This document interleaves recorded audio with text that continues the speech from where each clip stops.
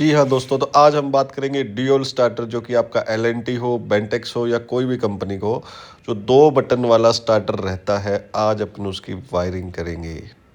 ठीक है, अभी मेरे पास बेंटेक्स का स्टार्टर है। कोई भी दूसरी कंपनी का अगर ऐसा 2 बटन का स्टार्टर है, जैसा कि वीडियो में अभी दिखाएंगे, तो आप कोई भी स्टार्टर में कनेक्शन कर सकते हो। इसमें ये 3 वायर आपके रहते हैं, मोटर के, 3 सप्लाई के, और ये ऐसे बटन रहता है चालू करने का, बंद करने का। और ये दोनों बटन क्या करेंगे कि नीचे 2 स्ट्रिप दी होंगी, उन्हीं को ही चालू बंद करेंगे। ये स्ट्रिप से चालू होगा, ये बंद होगा। सबसे पहले हम अपने स्टार्टर से चेक कर लें कि ये चालू और बंद हो रहा है या नहीं हो रहा है। ये फंक्शन आपको चेक करना जरूरी। जैसे अभी चालू किया, मोटर चालू हो गया, बंद किया तो ये मोटर बंद हो गया। ये हम पहले चेक करवाते हैं ताकि ये कंफर्म हो जाए कि आपका स्टार्टर पहले से ओके है और आपका मोटर सही से चल रहा है। ये ओवरलोड रिले दिया गया है। ओवरलोड रिले आप मोटर के करंट के हिसाब से सेट कर सकते हो। जितने भी एम्पेयर आपकी मोटर का करंट है, उससे थोड़ा सा ऊपर हम ओवरलोड यहाँ पे सेट कर देंगे। ठीक है, अभी हम इसकी वायरिंग करेंगे। ध्यान दें कि इको मॉडल हो या जीएसएम प्लस मॉडल हो, दोनों की वायरिंग सेम है। सिर्फ सिटी कॉइल का फर्क रहता है। जीएसएम प्लस में 3 सिटी कॉइल पावर आएगी, हमने पहले जो बंद कर राउंड दी है एक बार ब्लैक के लिए कलर की होती है, वो चेक तीनों करने फेस के में लिए। डलती है। इको में वायरिंग करने एक से आती है, पहले वो आप अपनी एक फेस पावर में डलती जरूर है। बंद बाकी कर दें। वायरिंग सेम है। अगर आप इको में थोड़े भी बहुत 7 वायर है, समझदार हैं, जीएसएम प्लस में भी टेक्निकल है, 7 इस वायर लाइन है। से हैं, तो आप खुद वायरिंग करें, अदरवाइज किसी इलेक्ट्रिशियन की आप हेल्प ले सकते हैं। ऊपर जो है 3 पॉइंट है, यहाँ पे सप्लाई लगेगी 1 2 3, जो इसकी सप्लाई है स्टार्टर की। ये इधर के जो 2 पॉइंट हैं, ये ओवरलोड रिले इधर के 2 पॉइंट है, एक इधर एक इधर, इन पे एक वाइट वायर लगेगा। और ये लास्ट वाला जो पॉइंट है जो नीचे जा रहा है, इसको यहाँ से खोल लेना है और खोल के इसके साथ एक काली तार लगानी है, और ये जो खाली पॉइंट बच जाएगा उस पर दूसरी काली तार लगानी है। तो डायग्राम के हिसाब से इसमें हम स्टार्टर में अगर देखेंगे, स्टार्टर में देखेंगे आप, तो ये 2 पॉइंट है जिसको P1 P2 बोलते हैं। और एल&टी का अगर बड़ा स्टार्टर रहेगा तो ये 93 नंबर और 94 नंबर रहेगा। तो इन दोनों पर एक एक वाइट वायर लगेगा। फिर इधर आ जाओ आप, 96 नंबर वायर होता है वैसे, ये सबसे लास्ट का। ये वायर यहाँ से जा करके ये नीचे इसमें आता है, ये जो कॉइल में आता है। तो ये वायर खोल लेना है, खोल के इसके साथ एक काली तार लगा देनी है, और जहाँ से खोला है वहाँ दूसरी काली तार जोड़ लगा देनी है। तो ये वायर यहाँ से यहाँ पे आ रहा है, तो आप यहाँ से भी खोल सकते हो, ऊपर से भी खोल सकते हो।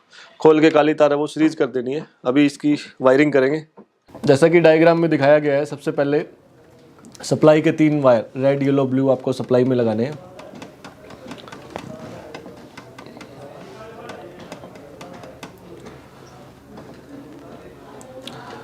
मोबाइल स्टार्टर की वायरिंग देखने में ऐसे बड़ी मुश्किल लगती है, लेकिन जब करने को जाते हैं तो बहुत आसान होता है, क्योंकि 4 वायर का ही फंक्शन है, 2 वाइट वायर और 2 ब्लैक वायर, बाकी 3 वायर सप्लाई का है।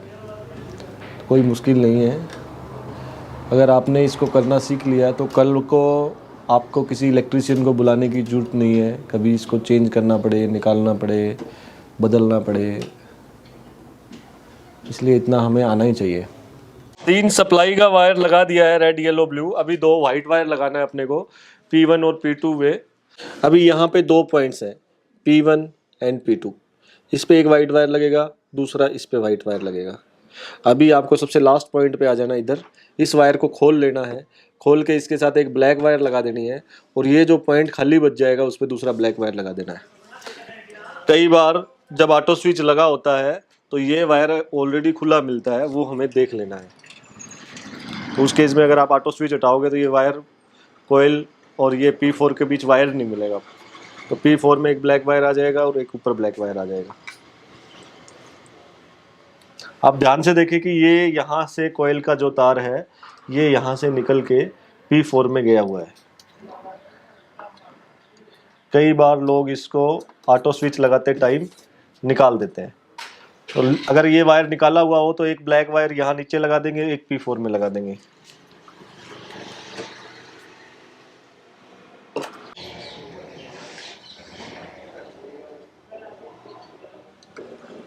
ये हमारा इको मॉडल विदाउट बैटरी है। सिम कार्ड डालते टाइम ध्यान रखें, सही से डालना है, ऐसे जाकर के ये लॉक हो जाएगा।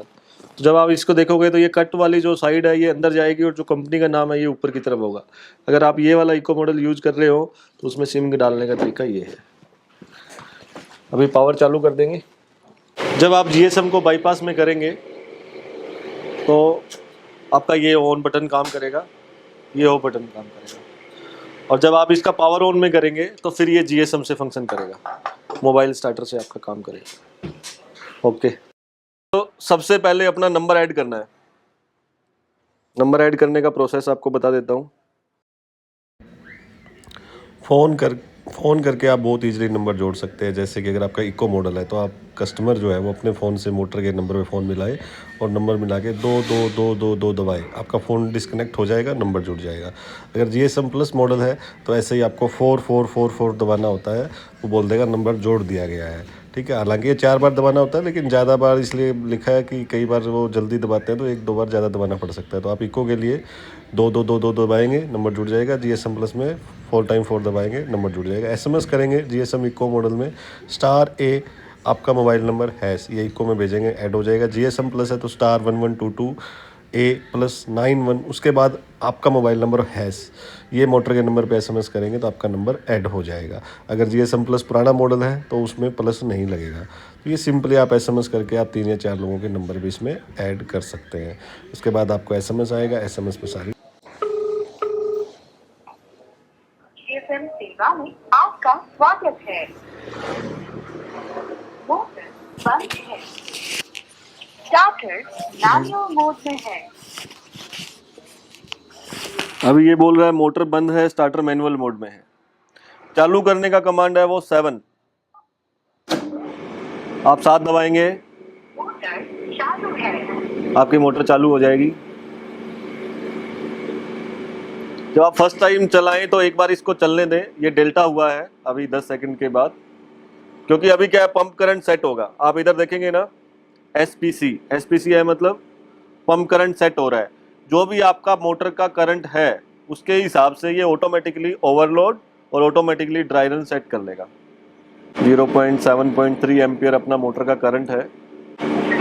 ऐसा है, आपका नेटवर्क पंप करंट है वो सेट हो गया है। अभी आप फ़ोन को डिस्कनेक्ट कर देंगे। डिस्कनेक्ट करने के बाद आपको SMS आएगा। SMS में आपका पंप का करंट क्या सेट हो, प्रेस करना है। ये मोटर आपका बंद हो गया है। मोटर बंद है। इसके बाद आप फ़ोन डिस्कनेक्ट कर देंगे और आपके फ़ोन में SMS आएगा कि आपका मोटर इतने बजे चालू हुआ, इतने बजे बंद हुआ, इतना टाइम चला, वो सब आपको डिटेल्स हैं वो आपको SMS में मिलेगी। ये चालू बंद का हो गया है। तीसरा एक क्वेश्चन आता है कि जब कभी भी आपका मोटर का करंट बढ़ जाता है या ज़्यादा कम हो जाता है तो मोटर आपका ओवरलोड से या ड्राई रन से बंद कर सकता है। जैसे अभी मैंने न्यू मोटर लगाया, इसका पंप करंट सेट हुआ है शुरू में ही, तो ये 7.5 एम्पियर के हिसाब से ही आपका ओवरलोड और ड्राई रन सेट हुआ है।